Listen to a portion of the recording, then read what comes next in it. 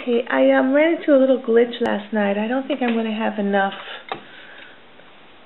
overlap in the back once I put my skirt on to get this to close with Velcro. So I had a couple options. I could have put in some hooks and eyes because I was thinking that the Velcro would pull and it wouldn't stay shut. So another option was, since I put in my full 1/4 of an inch seams on the side, I could take those out and see if I could get a little bit of extra room on my side seams. So what I've done is I've taken the bodice and I've overlocked all the way around so far this part, and then I've cut off those little overlaps on the sleeves.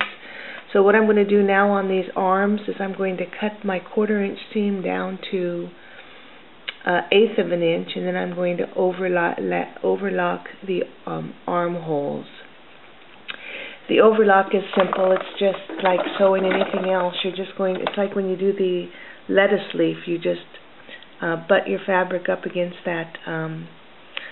Well, here I'll show you the other side. I'm going to cut this little part of the sleeve off, and I'm going to just put it in here and butt my fabric up against the side.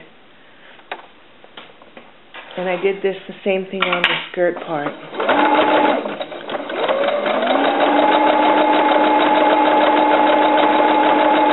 And what this will do will help you, it'll stop your fabric from fraying also. Okay, I got a little bit of a turn down here.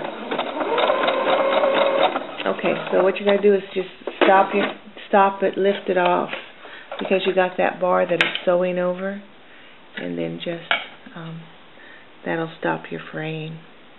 And I'm going to do that all the way around the bodice, and I'm going to see if I can get a little bit of this extra room. So I'm going to make my seam, instead of 1/4 inch, I'm going to come in and make it a little less than, a little over 1/8 of an inch here, to see if I can get just that little extra room in the back for closure. Next time I'll know that if I am going to add a skirt to this blouse, I'm going to need to either make my flap in the back a little bit wider so I have more of an overlap, or that's probably my only option on this pattern. I mean, it's a tight fit, and when you add that skirt, it's going to be even tighter. Okay, so let me finish doing the overlock, put the side seams back in, and then we'll do the closure on the back. Okay, that little extra helped.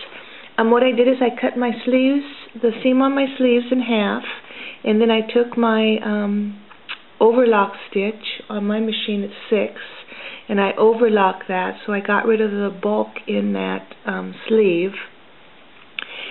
Because I am using linen, if you have a little bit of these little frays, you can just cut them off as you see them. Okay, so I took out my side seams, and I was able to get, I don't know if you can see, here was my original side seam. I didn't get the whole 1/4 of an inch, but I did get quite a bit. So I think it'll be enough to get that Velcro put in. And then I've loosened up the arms too, and I don't have that really heavy seam in there, so I'll have an easy fitting blouse when we're done with this. Okay, same thing on the other side. Here's the original, and then I just gave myself a seam right on top of that, right next to that overlock stitching. Okay, so that's where we're at. And I overlock the entire bottom too. That way it won't fray when we add the skirt.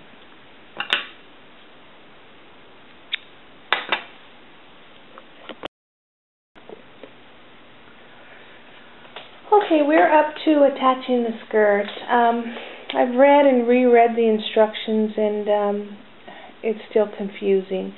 So basically what they want us to do is hem up to that dot, so before we attach the skirt to the bodice. But if you notice this number 6 here over on this side, it says to turn and match that. See how that's turned in a little bit from your back seam? And that's going to be the flap that you're going to turn under, so you have room to put your Velcro on there. They just say turn under 1/8 of an inch on lower edge of skirt. Well, I would consider the lower edge of skirt the bottom of the skirt, so I think they're talking about the hem in that case. But waistline seam, it says gather the edges of the skirt along as indicated, and that's it.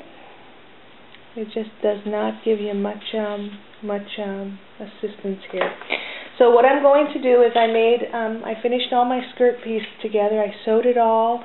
I did all of my overlock stitches on each of them. Instead of having to cut all these seams, I just ended up putting in less than 1/4 of an inch seams on here. And then I did the overlock stitch, so I didn't have to trim anything. I'm not going to overlock the top of the skirt until I get it hooked to the bodice. Okay, so I made one of these on each side, and because I'm going to want to have all my seams completely finished, I'm going to turn this under 1/4 of an inch, and then I'm going to turn it under another 1/4 of an inch, and then I'm going to sew right there. Now when I actually attach these two together, I'm only going to sew up to that little dot over here, and then these will both be turned under. But let me iron these and then sew them, and then I'll come back to the video.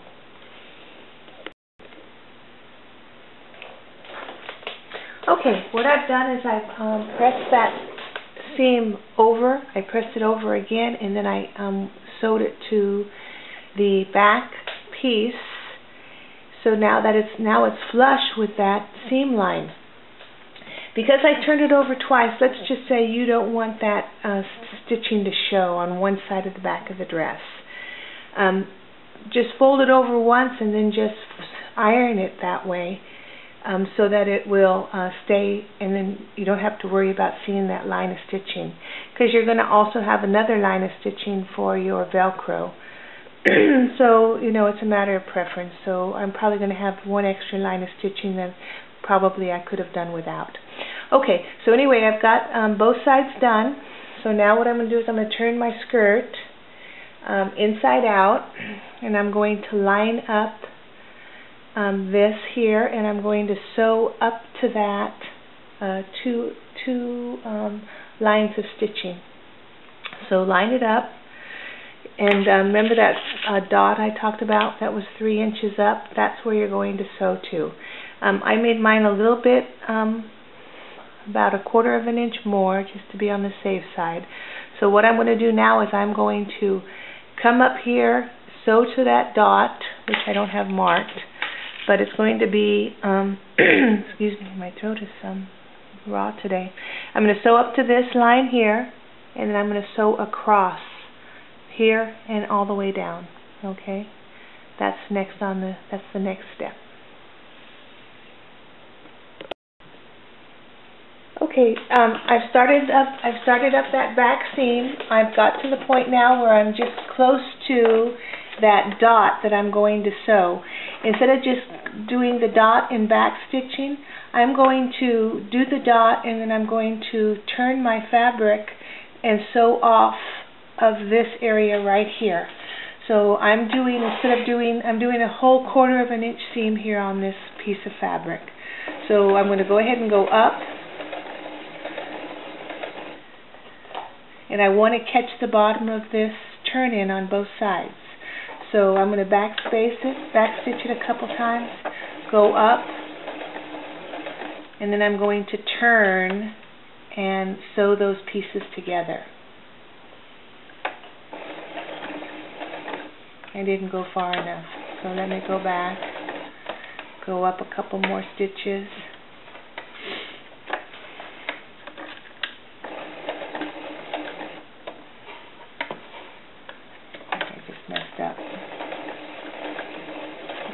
Okay, so I'm going to come up a little bit more. I didn't see it in my pressure foot.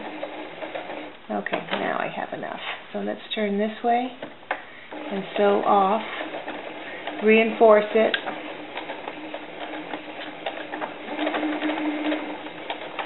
Okay, let's see what we did.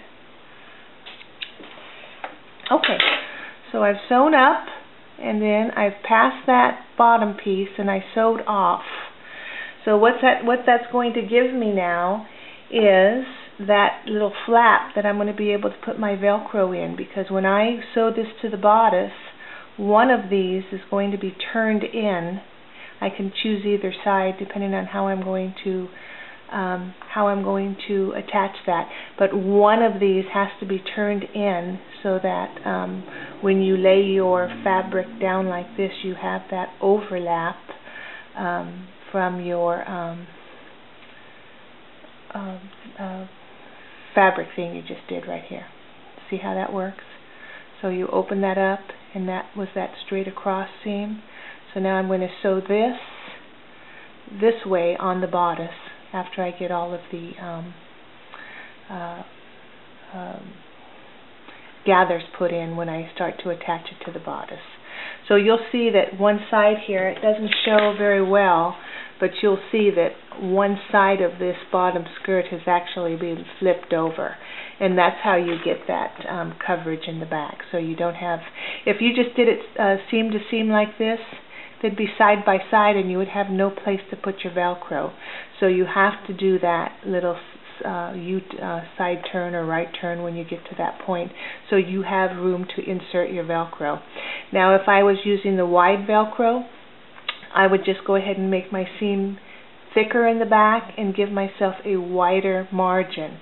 But I'm only going to put 1/4 inch Velcro in here, so I can probably go a little bit wider out. I might do that. So I'm going to come up here, I'm going to come out a little bit more and then go down, so I have a wider turn under on the skirt, so I have more room for the Velcro. Okay, so I'll fix that, and then when we come back I'll start the gathers on the skirt.